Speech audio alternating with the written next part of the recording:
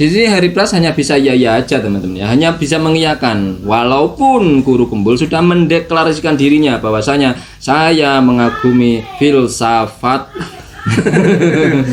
Karena apa? Dari filsafat itu lahirlah banyak buku. Assalamualaikum warahmatullahi wabarakatuh. Halo teman-teman, ketemu lagi dengan dua Bang Desa ya di channel Mr. Coach. Yuk mari kita ngobrol di channel ini. Yuk mari kita siapkan kopinya yang kenal ngolah pikir dengan share serius tapi santai. Oke bos, kita reaksi paduannya bos ya. Antara pemikir dan penggibah, oke? Allah Maha tahu ketika Nabi Muhammad SAW Isra wal Mi'raj, harusnya Allah menyatakan, menampakkan dirinya kepada Muhammad. Di sini Hari Pras mulai mengatur-ngatur Allah lah. Kemarin mengatur Nabi, sekarang mengatur Allah. Seharusnya Allah itu gini. Orang penggibah sekali-kali jangan memaksakan diri untuk ngobrol dengan orang-orang ilmiah. Jauh ya.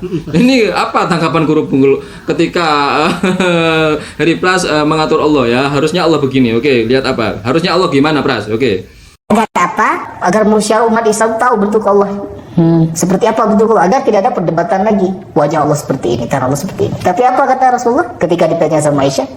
Ada cahaya. Apakah kau melihat Rabbmu? Ada cahaya. Artinya apa? Allah tidak mau menunjukkan zatnya. Seandainya zat Allah ditunjukkan, maka dan ada hadisnya menunjukkan detail ciri-ciri Allah. Apa yang terjadi Pak Guru? Pecah, hancur dan akan dilukis. Oke. Di sini Guru Gembul sesuai referensi, sesuai ayat dan sesuai hadis. Iya kan, Bos? Hari Pras sesuai imajinasinya dia, ya. Apa jadinya jika Allah menampakkan diri? Hancur, jelas. Hadisnya jelas, ayatnya jelas.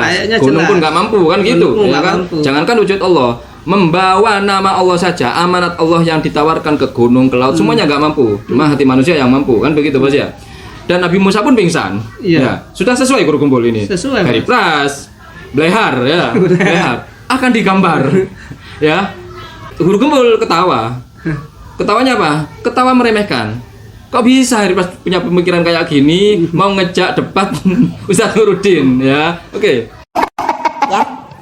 Oke, ya aja lah kata Guru Gembul ya. Oke, di sini Hari Pras menyimpang dari syariat teman-teman, menyimpang dari ayat dan menyimpang dari tauhid asma wa sifat. Oke, kenapa saya katakan seperti itu? Hari Pras mengimajinasikan, andai kan Allah menampakkan diri, maka Allah akan digambar.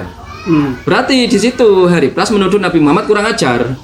Ya, soalnya bisa mengasumsikan, bisa menyimpulkan, andai kan Allah mewujudkan pada diri Nabi, maka Nabi akan menggambar. Katanya kurang ajar kayak gimana ini? Aduh, ya. Kurang ajar banget. Kurang ajar banget bos ya. Aduh ya Allah. Parah akhlaknya tuh nggak karu-karuan. Ini hampir mengarah ke murtad ini Hari Pras ini ya. Karena satu mengatur Nabi, kemudian berspekulasi dengan tindakan Nabi, kemudian mengatur Allah juga. Oke? Ini oke. Dan andekan ini. Kalau sesuai tauhid asma wa sifat dan sesuai dengan laisa kamitslihi syai'un ya, walaupun Allah menampakkan diri, tentunya siapapun orangnya tidak akan mampu menggambar Allah. Tidak akan mampu karena gambaran sendiri itu makhluk nantinya.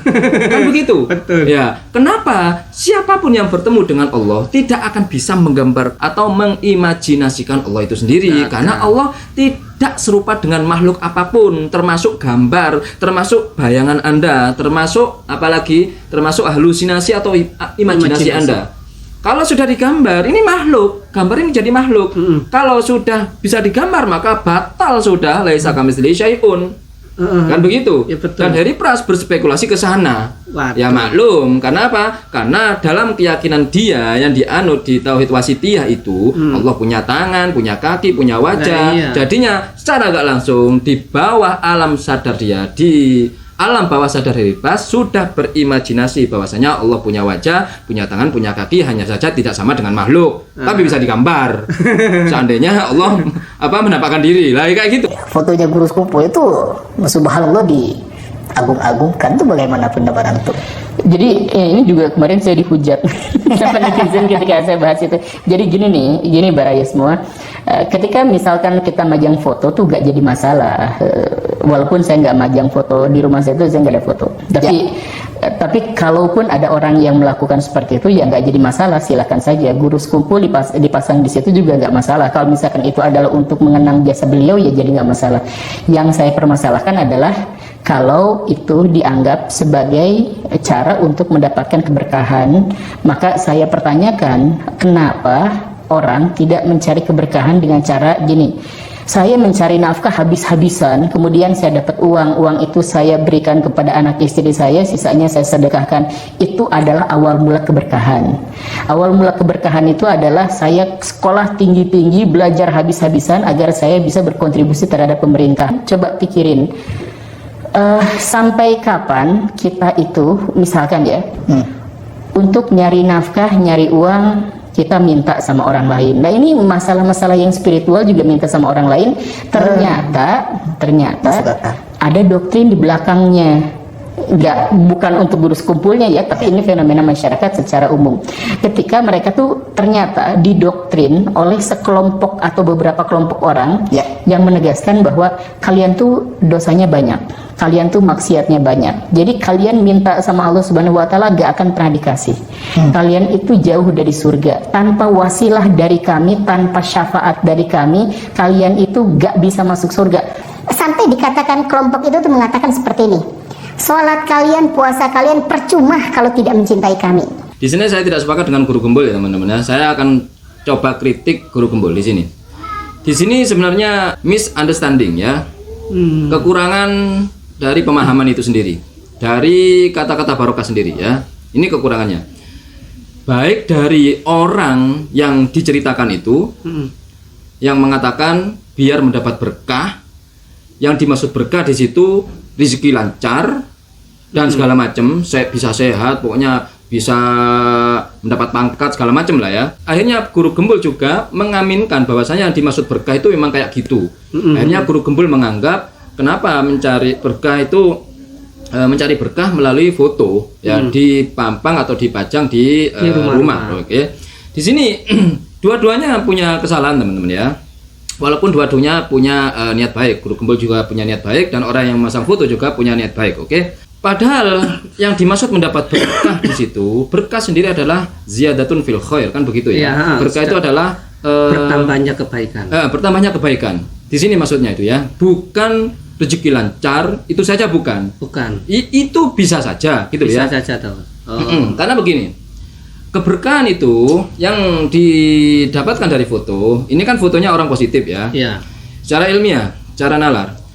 Maka aura positif itu akan menular ke orang yang memajang foto, ya. Aura positifnya. Ini kan orang positif nih, sangat positif. Guru sekumpul kan auranya sangat positif ya. Karena apa? Yang diajarkan kebaikan itu saja ya, kebaikan pada Allah, kebaikan pada syariat, kebaikan pada manusia. Ketika aura positif itu ada di dalam jiwa seseorang saat dia memandang guru sekumpul ya di rumahnya, maka aura positif dalam dirinya itu membentuk sebuah mindset kan gitu. Ketika orang auranya positif, maka rezeki pun positif.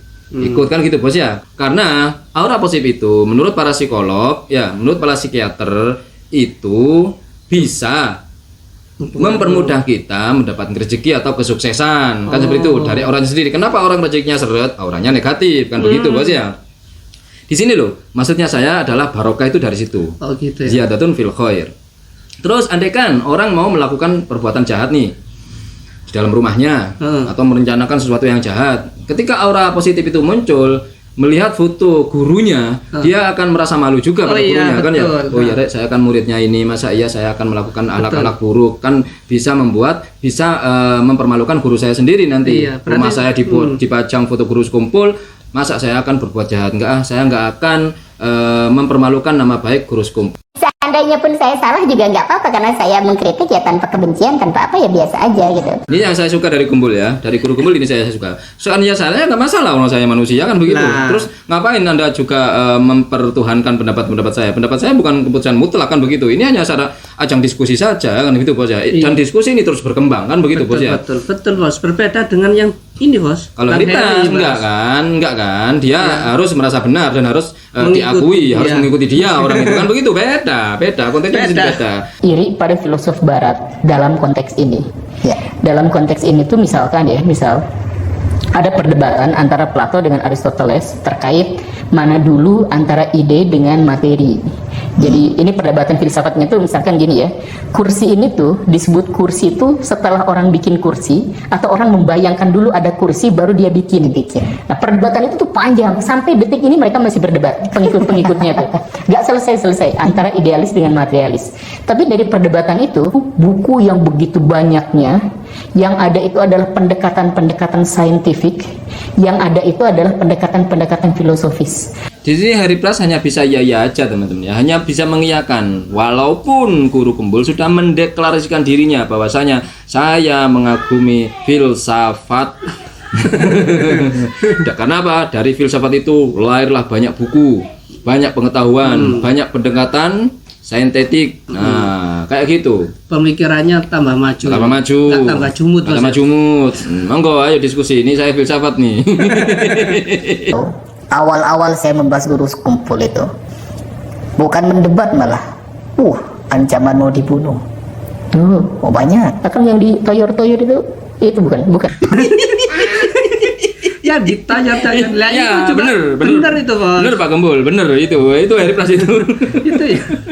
Di sini Guru Kumpul berusaha memanas-manasi Heriplus agar berani debat ya. Anda ditoyor-toyor itu ya. Karena enggak buka-buka diskusi nih Heriplus nih ya kan ya. Ini enggak buka-buka diskusi Heriplus ini. Apa sih gitu loh. Saya sudah mendeklarasikan diri sebagai filsafat juga di depan dia gitu loh. Kenapa enggak nantang lagi sekarang? Terus malah cerita dirinya lagi. Yang ditonyor-tonyor. Lagi-lagi dia kalau nggak cerita orang lain, cerita kehebatannya menurut versi dia ya, merasa hebat sendiri. Kan katanya Guru Kumpul di balik itu ada doktrin katanya. Tidak, Majang Foto ini sebelum doktrin-doktrin kayak gitu yang aneh-aneh itu ada, Majang Foto ini sudah ada. Ulama-ulama di samping juga perjuangannya dikenal, harusnya juga dicontoh dan harusnya juga tidak mempermalukan nama baik ulama yang dipajang di rumahnya ini. Agar apa? Mendapat keberkahan itu. Keberkahan dalam segi apa? Ziyadatun fil khair, dalam segi apapun, baik cara berpikirnya, baik umur, kesehatan, aura positif maupun ekonomi. Kalau memang mampu ke sana, kan gitu bos ya. Dan bagi pengagum berkah, jangan berharap kalau Anda pasang foto seorang ulama, jangan memastikan diri bahwasanya rezeki Anda akan lancar dari situ ya. Ini bentuk penyimpangan juga kalau gitu. Dan kami sebagai Aswaja, santri-santri Aswaja juga tidak mendukung jalur-jalur kekerasan, ancaman-ancaman seperti itu ya. Apalagi Pak Kumpul juga menceritakan bahwasanya anaknya pun pernah diancam juga. Ini nggak etis teman-teman ya, nggak etis. Ini ranahnya ilmiah, bukan kekerasan teman-teman ya. Jadi Guru Kumpul ini orangnya suka diskusi, haus ilmu pengetahuan, dan boleh dikritik Guru Kumpul ini ya, boleh, sangat boleh sekali. Kami pun suka mengkritik Guru Kumpul ini teman-teman ya, karena beliau open minded ya, beliau juga tidak malu untuk dikatakan salah bos ya. Oke, itu saja bos. Oke, mungkin itu saja obrolan hari ini. Mudah-mudahan bermanfaat, mudah-mudahan mencerahkan, dan mudah-mudahan kita bisa bersikap bijak lagi. Yang baik-baik semuanya datang dari Allah, yang jelek-jelek datang dari kami. Mohon maaf. Wa akhiru kalam, assalamualaikum warahmatullahi wabarakatuh. Waalaikumsalam.